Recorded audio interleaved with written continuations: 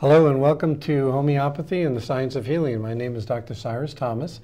I've been a chiropractor for some 32 years and a classical homeopath. We're going to be talking exclusively today about classical homeopathy, my favorite topic. The purpose of this show is to introduce you to alternative practitioners so that you can make a more informed decision about what kind of medical care you would like to have. Nowadays, everybody chooses allopathy, which is pharmaceutical medicine, but there are some 7 different branches of medicine, including chiropractic, homeopathy, nutrition, herbology. There are body techniques, there's talk therapy, and of course, there's allopathy. Homeopathy has been around for some 200 years, and there are 2,000 books on the subject.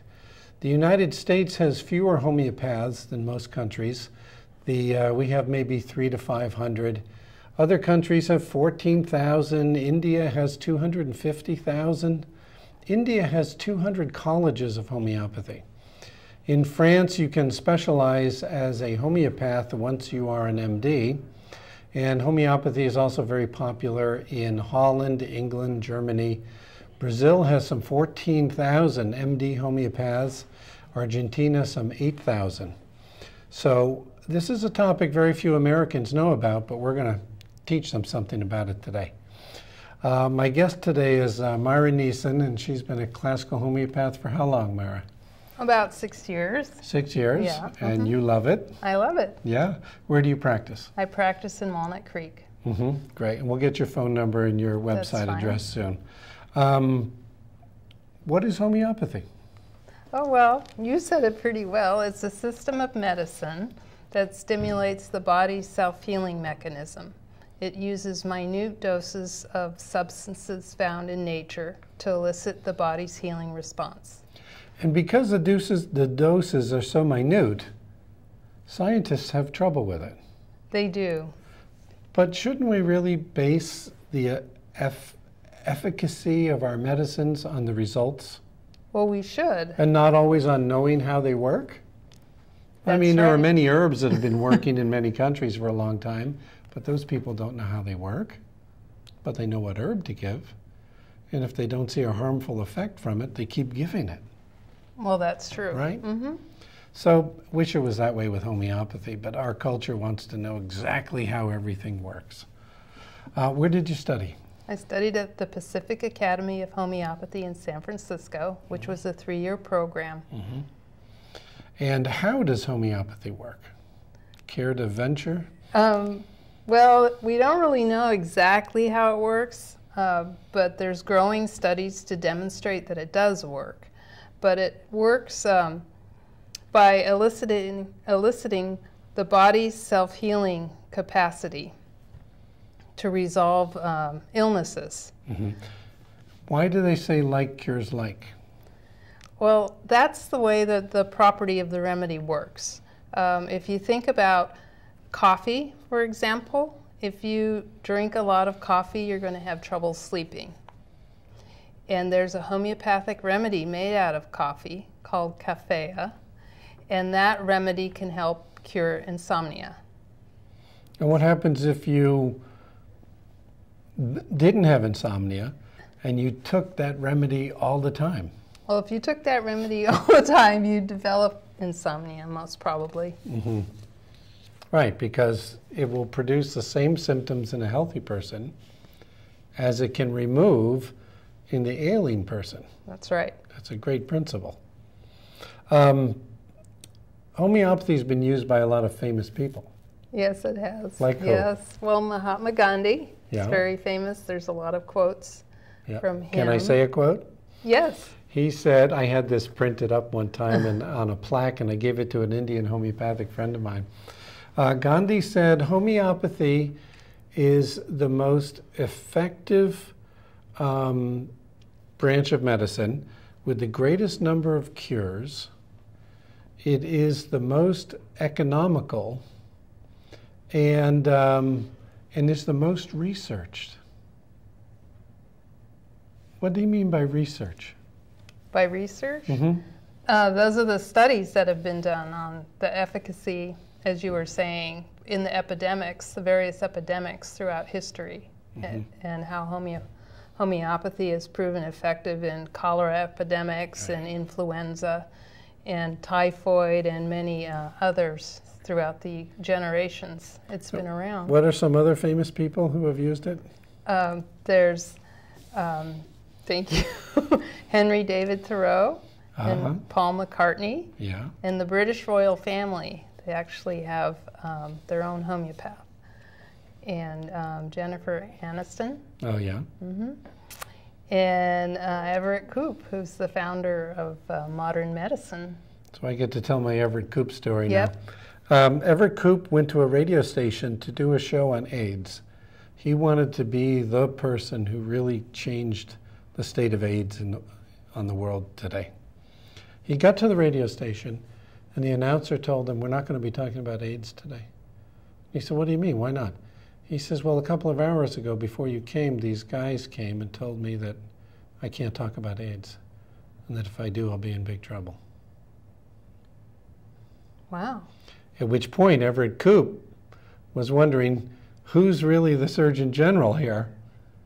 Is it him, or is it the pharmaceutical companies? That's right.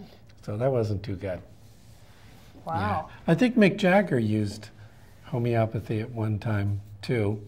And there's a number of actresses that the homeopaths in Hollywood get to treat. Right. Why did you choose homeopathy as a healing modality? Well, when I was 19, I wanted to find a way to overcome the chronic allergies that I had as a child that kept me from being outdoors because I wanted to be an archaeologist. And I found homeopathy, and in a very short time, I was able to lose those allergies and go on and be an archaeologist for 15 years. Oh, yeah? Maybe you could have dug up some old remedies. I could have. I dug up a French snuff box. Oh, did you? Yeah. Wow. You know about the anatomical snuff box? When you move your thumb in a certain way, you can create a little dent right there. That's where they used to put it. Yeah. And so it got into the anatomy books that way. How do you make a remedy? Well, a remedy is made from minute doses of natural substances, which are made with a repeating dilution and succussion. And what is succussion? Succussion is a rapid shake with a bang on the end of it, like that. Right. And it's that repeated diluting and succussion that's thought to give the homeopathic remedy their effectiveness. So somehow it knocks the energy of the original substance into the water that it's floating in? That's right. And it's caused... That's it? Well, that's one theory, and it's called potentization. Potentization. In the old days, there was a guy who wanted to sell remedies. He made them. And his advertisement was that he was a muscle man. And he claimed that his pounding on leather books was stronger than anybody else because of his muscles. And that's how he wanted the remedies to be sold. Yeah. So what is approving? Approving? That's how they decide what a homeopathic remedy will help. And it's not done in animals. There's no animal testing. But what happens is a group of people who are healthy take the homeopathic remedy until they start to develop symptoms. And for some people, it might be immediately, and other people might have to take the remedy several times. And then those symptoms that they develop are documented very carefully. And then they're compiled, and that's how they know what a remedy can help. Okay, so these people overdose on this remedy, kind of, and then they become symptomatic, and the same symptoms that they get are the same symptoms that the remedy can cure in somebody who already has them. That's right. Yeah, like cures like. Like cures like. You know the Latin for that? No, you tell me. I had a T-shirt, so Oh, yeah. I memorized it. Similia similibus curantur. Okay. Yeah. I was afraid I'd mispronounce it. How did you first become interested in homeopathy? What grabbed you? You mean to become a homeopath? Or I got interested. How you got interested in science? Oh, well, my first summer in college, I went to a class on alternative medicine. And the class had a number of different modalities coming through and talking about what they did. And for some reason, homeopathy was the one that just grabbed me. Mm-hmm. So I tried it, and it worked. It wasn't actually the first one I tried, but it's the one that worked. I like to say I became a homeopath in 45 minutes. In 45 minutes? I went to a seminar, I looked at the repertory with all the symptoms, I looked at the materia medica with all the symptoms that each remedy can cure. I listened to the teacher and I said, my God, this is what I've been looking for. I was in my first trimester of chiropractic medical school. Oh. Yeah. What about cell salts and Bach flowers? Well, those are two different things. Cell salts, and I have some examples right here, there are 12 mineral salts in our bodies that are very important to our health. In fact, when we die and all that's left of our ashes, they happen to be these 12 salts. So there was a homeopath, Dr. Schuschler, who developed a system of medicine using these remedies in low potencies. And they are very effective in healing. Why so few remedies when the main body of homeopathy has so many? Well, this is just his system. And I don't know why he chose the 12, except that they're very important to the body. Mm-hmm. There's over 2,000 homeopathic remedies in the materia medica that's used. And I would say that the cell salts weren't inclusive of healing all of man's illnesses. And what about Bach flowers? Well, Bach flowers are flower essences, and they're not really made the same way as homeopathic remedies, though there are minute doses of the essence of flowers. But it's interesting to know that Dr. Bach, who started making these essences, was in fact a homeopath, and he left a very important body of work for us homeopaths. He studied the bowel nosodes. And why are they good? Well, they're useful in a number of diseases. If somebody was interested in homeopathy, how should they start to inquire about it? Well, I think one of the first places to go is to some of the national organizations, and I think homeopathy, the National Center for Homeopathy is the best one. They have a magazine called Homeopathy Today that's very written in very simple terms, and they offer a number of study groups around the world. And I host one of the study groups in Walnut Creek. And if somebody wants to get in touch with you, what is your phone number?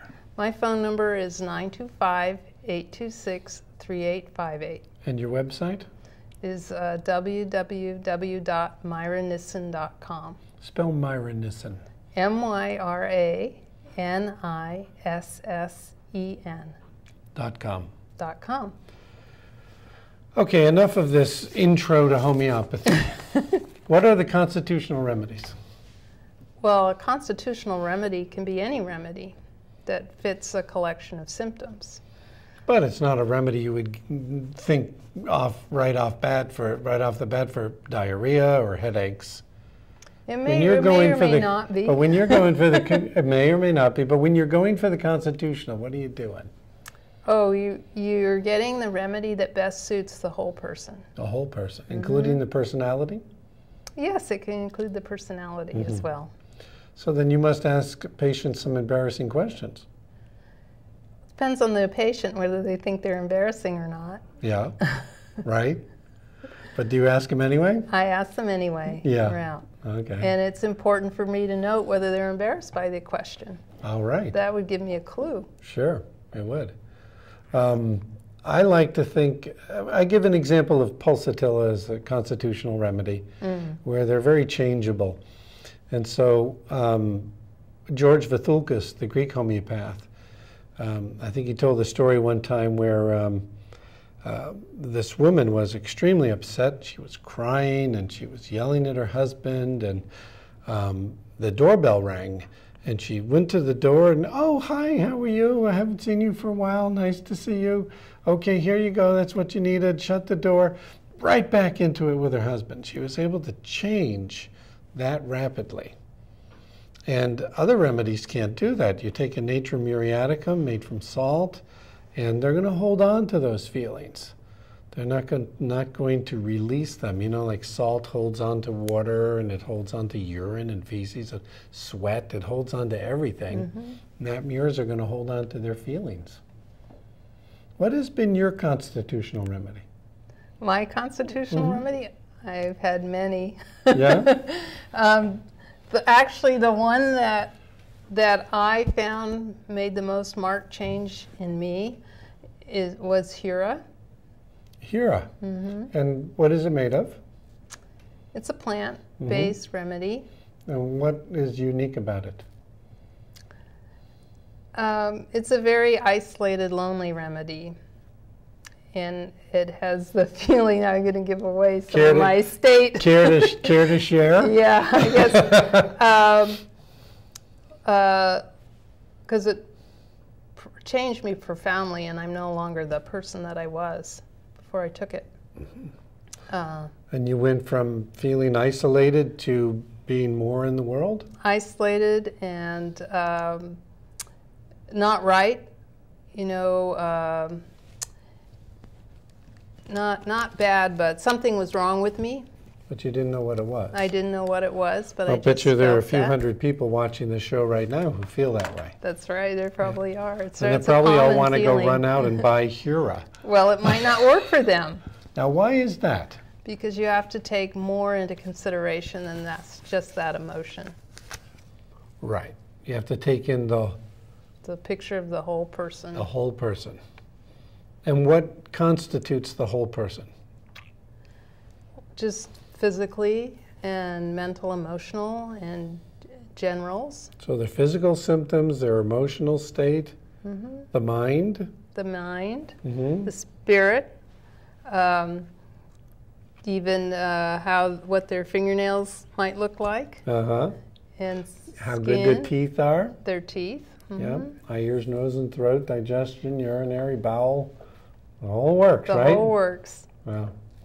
So, if you had a choice, if you were put in charge of world medicine, you are in charge now of the health of the world. Okay.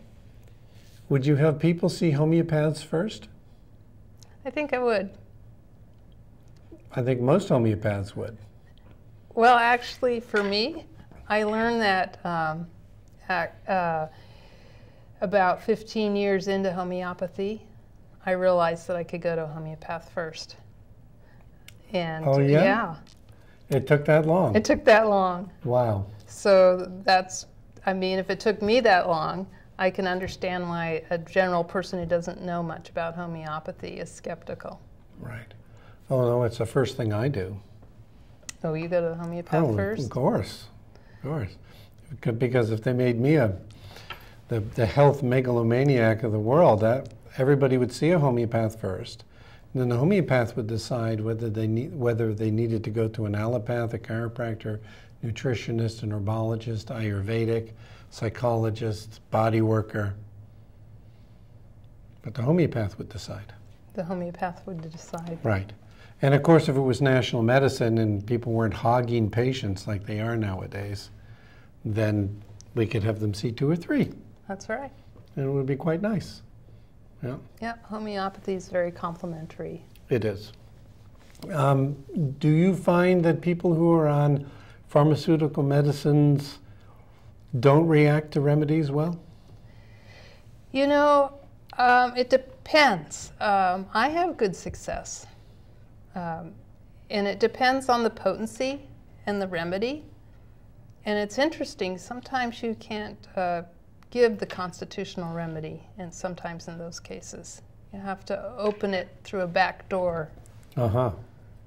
Now, I would think that phosphorus would have been a remedy that could work well for you. Has it ever worked well? You know, I don't know all the remedies I was given. Oh, they were kept a secret? Yes. Yeah. Do you do that with your patients? You know, no. I don't either. No. I always tell them what I'm giving them. But you have the soothing quality of a phosphorus. Yeah. You don't have any red in your hair naturally, right? No. No. But you're kind of tall. I am tall. Mm-hmm. Yeah. What are the miasms? The miasms. Wow. Now you're taking me back to school. You want me to jump in? Yeah, jump in. Miasms: gonorrhea, syphilis, tuberculosis, and the itch. The itch, that's right. Right. I love that idea of the itch in the psoric miasm, because the itch is the first time the toxin tries to come to the surface. And it itches. So when you scratch it, you spread it out. And now it wears away and it leaves the body. And if you lose the ability to itch, you're in trouble. Because that means you've lost the ability of your skin to bring things out to the surface. So that's how I like to look at the psoric miasm, along with all the other things that go with it. The tubercular miasm, you can recognize that when you see somebody. That's right. And what do they look like? They have a narrow chest, and they might have a lot of lung issues. Mm-hmm. And pale. That's right, They're very paler pale. skin. Sometimes you can see their veins, you know, right through the skin, you know. Gonorrhea and syphilis have been diseases that our ancestors have most likely had. And so we don't like to think that the energy of those diseases is still within us. But as we're taking a homeopathic case, we'll sometimes come across a block. That's right. A blockage to the treatment, and so we have to go to the miasm. So miasm is inherited weakness, and we've all got them. That's right. To some degree or another. Now, I've been an interesting homeopathic patient, because the only remedies that were dramatic in my cure were miasmatic remedies. Interesting. I mean, each time it just brought me to a whole new level. And constitutionally, what would you give me? Give you constitutionally? Oh, gosh. Now, I know you want to say lycopodium because I'm so handsome. No. But that one doesn't seem to work. That doesn't fit you with No. you? Any guesses? Maybe calcphos? Oh, am I a complainer? No, not because of that. No? No. Because of phosphorus, because of redness? Yeah, you're coloring. Right. I actually behave like a nux vomica. Oh, you do? Yeah, I do. would have never known. Yeah, I really do. Asiaga gave me nux vomica. Oh, really? Yeah. Catherine Coulter gave me Ignatia, and then arsenicum. Because like my father, I'm real persnickety about seatbelts. Got to have that seatbelt on. And he actually had them installed in the cars that came without them. Oh, really? Yeah, we called them Joe Safety. Joe Safety. And so that became my nickname when I was raising kids, you know. Do homeopaths leave homeopathy to go to another profession? Some might. I don't know. I don't think they do. You don't? Well, where would you go from this? I mean, it's such a nice and complete modality. But I know homeopaths that have added modalities after they became a homeopath. Yes. But I've never seen anybody just drop homeopathy and become a chiropractor or an acupuncturist. I don't think so. I've never seen that happen. No. It seems like this is the end stage healing modality. When you get to it, you've gotten to the best there is. And that's usually when people come to homeopathy, is after they've tried everything else. Right. So we always get them at the end, and it makes it harder for Makes us it harder. to do a good job, That's right. too, because there's so much suppression that has taken place. In the few minutes we have left, Myra, what is suppression? Well, suppression is what happens when you take allopathic medicines, because what they do is they they mask the symptoms. So you feel better, but momentarily while the medication is acting, but it actually drives the pathology deeper into the system. And I love to tell a story where if you take enough physical symptoms and suppress them deeper into the system, they become emotional problems. They can be. There's a study on that, you know. Good. Children that had eczema that was suppressed, and then they developed asthma, which is deeper, Yep. but still has to do with an air exchange like the skin. Then that was suppressed, and then they developed headaches, and then when that was suppressed, they developed depression. So they had to have 3 physical diseases before it jumped into the emotional with the depression. And if you treat depression incorrectly with pharmaceutical drugs or recreational drugs or alcohol, right, then an emotional problem can become a deeper emotional problem like a psychosis. And if you suppress the psychoses, it can become a mental problem. Mathematics, sentence formation, That's right. Memory, which is Alzheimer's. So I think we're going to see more and more Alzheimer's as time goes by because of all the mental suppression, all the emotional suppression that's taking place. That's right. There's a lot of people taking... Give us your phone number once again, Myra. Okay. My number is 925-826-3858. And you're in Walnut Creek. Walnut Creek, California. Thank you for being on the program. Thank you. All right. It's a pleasure.